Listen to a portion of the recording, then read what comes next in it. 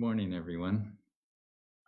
Today is the monthly memorial service known as Shotsuki, which means that we are remembering the people who passed away this month in March, regardless of the year. Jodo Shinshu has many different memorial services. When a person passes away, there's a bedside service called Makura Kyo. A few days later, we hold a funeral, and a few days after that, there's a 7-day service. Afterwards, there is a 49-day service, and then starts the anniversary date services, such as the 1-year service, 3-year service, 7 years, 13 years, 17 years, 25 years, 33, and finally 50-year service. These services became common during the Edo period in Japan about 200 years ago. During that time, the rulers from the Tokugawa family wanted to promote stability and obedience to the state. So they promoted Confucian values, which stressed harmony by observing the natural order of society, which means honoring ancestors, respecting one's elders and grandparents, and children obeying their parents. Buddhist memorial services became an expression of these values, which is a case of cultural values influencing Buddhist tradition. In my experience, many Jodo Shinshu families observe a funeral and also may observe a 49-day service and even a 1-year service. But after that, the numbers drastically drop. Perhaps people are busy. They forget or don't think it's important, which is unfortunate, because I think memorials provide families with a strong spiritual foundation. Often, it's the only time when people come to the temple. And then over time, they at least provide an opportunity to hear the Buddha Dharma, the Buddha's teachings. In this way, we are encouraged to reflect on our karmic connection to one another and feel a sense of appreciation for our lives. Ceremonies and rituals are the container keeping this spirit alive. The ceremony itself, in this case, a funeral or memorial service, calls people together and focuses their thoughts on a special person from the past. The rituals, chanting, incense offering, bowing before the person's picture, singing an agatha, and listening to a Dharma talk all help channel our feelings and emotions towards understanding life in a more spiritual way. However, in our busy modern world, people tend to think of rituals and ceremonies as meaningless or silly. Because after all, what do rituals actually achieve? What's the use of burning incense and chanting a bunch of words that we don't understand? These activities don't do anything for me, right? In a sense, that's true. When you compare them to the real world activities that we do, For example, I work because I get paid. In other words, I wouldn't work if I didn't get paid. There must be a payout for my efforts. I'll exercise to lose weight or to get into shape. I'll eat food that tastes good or that's good for me. Otherwise, what's the point? But this is the narrow world of our own selfish perceptions. This is a world created by our desires, by our attachments, and by our thoughts about how we think the world should be. The Buddhist teacher, Rijin Yasuda, who I just wrote about for the higashihonganjiusa.org website, so you can look it up if you'd like. Yasuda Sensei said, "Human beings do not exist in reality itself.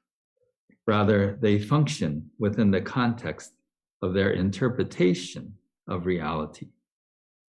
Humans are able to function in and be concerned about the human world alone. They cannot function in the world that transcends humans. We are like silkworms who make cocoons and who live within the cocoon we ourselves make."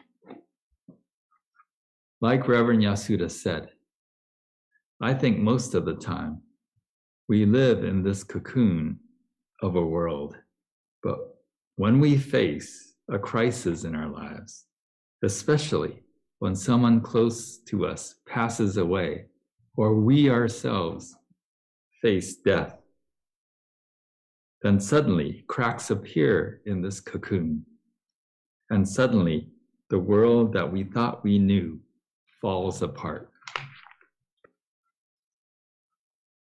Reverend Yasuda said, "The solution to the problem of human beings is not for humans to become just as they think they should be. The problem of human beings is deeper than we human beings think. The answer," he said, "is to transcend this world of human expectations." Yasuda Sensei wrote, "We think that we are experiencing reality, but not really. We do not live in a world of direct experience. Instead, we've been living in a world of our own creation. So then, what is true reality? In Buddhism, true reality is expressed in terms of interdependence, oneness, impermanence, and emptiness. All of those meanings are contained in the words used by Jodo Shinshu when we say suchness and Tathagata. Tathagata means that which is infinite. Tathagata embodies everything. And Tathagata is what we call Amida Buddha. The problem with human perception is that it's rooted in dualistic thinking, which means most of the time we only see one side without seeing the other side. For example, we think of life or we think of death.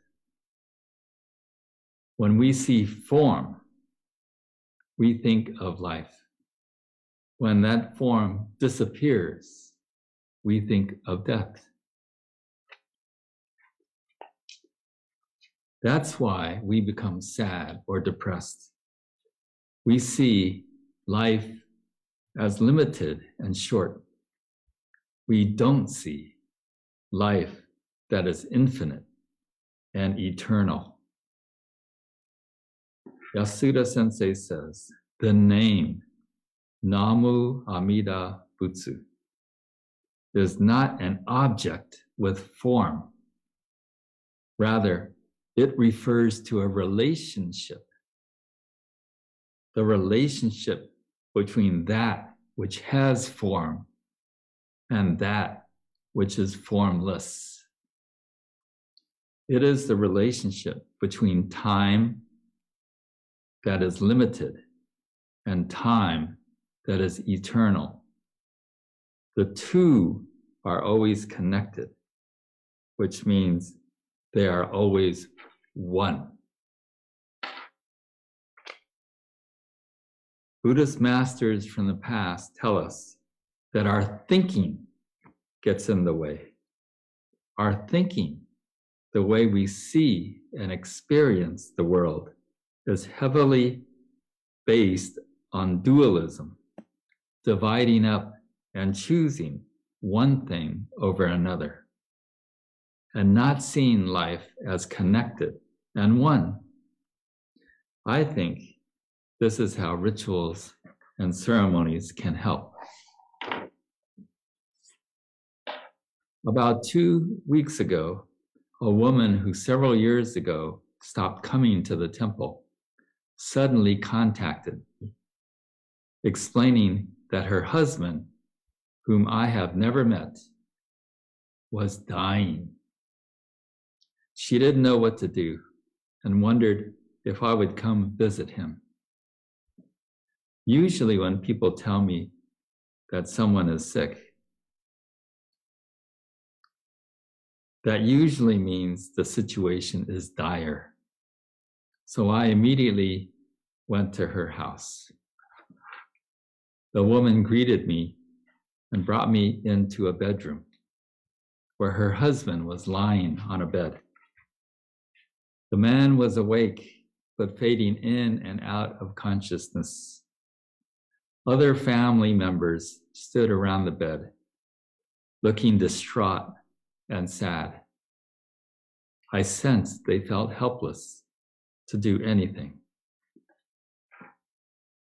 I was wearing this black robe with this Buddhist sash around my neck when I visited. The sick man seemed to know I was a priest and smiled faintly at me. I greeted him and told him that I wanted to chant for him. He nodded weakly. I chanted Shoshinge in a slow, methodical tone, taking longer than usual. Kimyo Muryo Junyorai.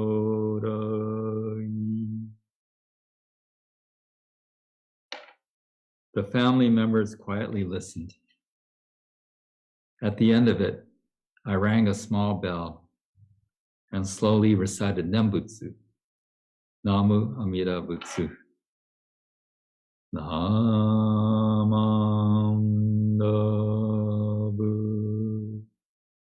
Namandabu,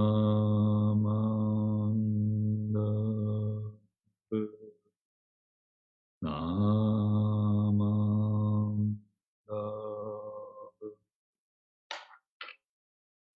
In closing this simple service, I said a few words. I talked about the nature of impermanence, the importance of our connection to one another, and the truth of oneness.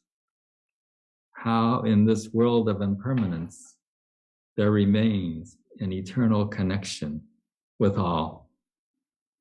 I bowed and took my leave. A short time later, the family sent me a message, thanking me profusely. They said their father seemed to be at peace, closing his eyes during the chanting, his breathing slowly calming. They said that they, the adult children, were not Buddhist, nor did they know anything about Buddhism. But somehow they felt a sense of relief, a quiet peace. Somehow, they said, the ceremony had helped. Now, I want to tell you another story. A woman from Japan who was married to an American asked me to perform a funeral service for her father.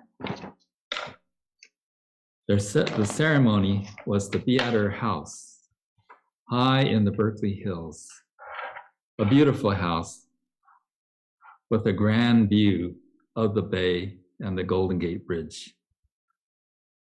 I told her I would come an hour early to set up, but she told me to come just before the start time, about 1 o'clock. I arrived to find that there was a lunch party in progress with many people eating and drinking wine and socializing.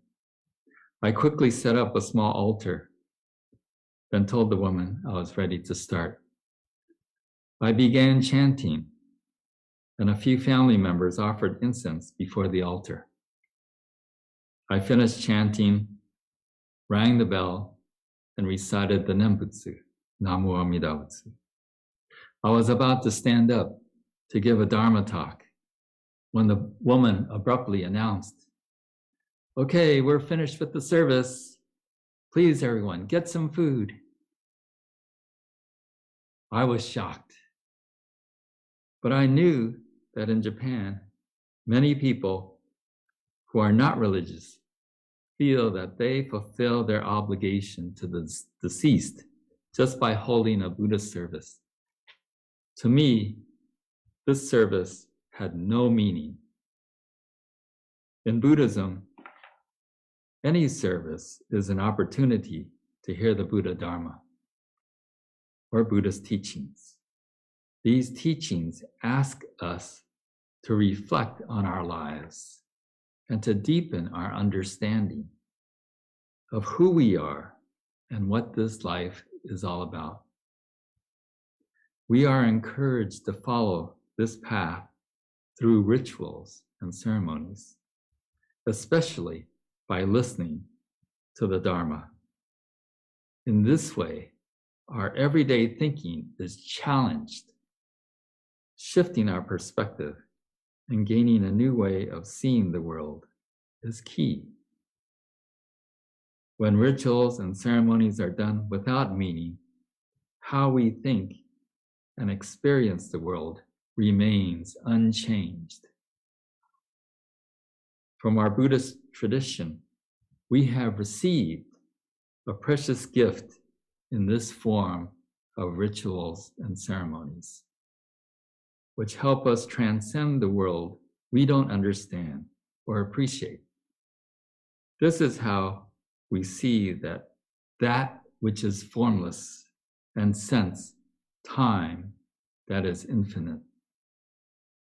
On this day of our Shotsuki service, let us try to see the true meaning of our lives, life that is connected to all others for eternity. Namo Amida Butsu. Namo Amida Butsu. Namo Amida Butsu.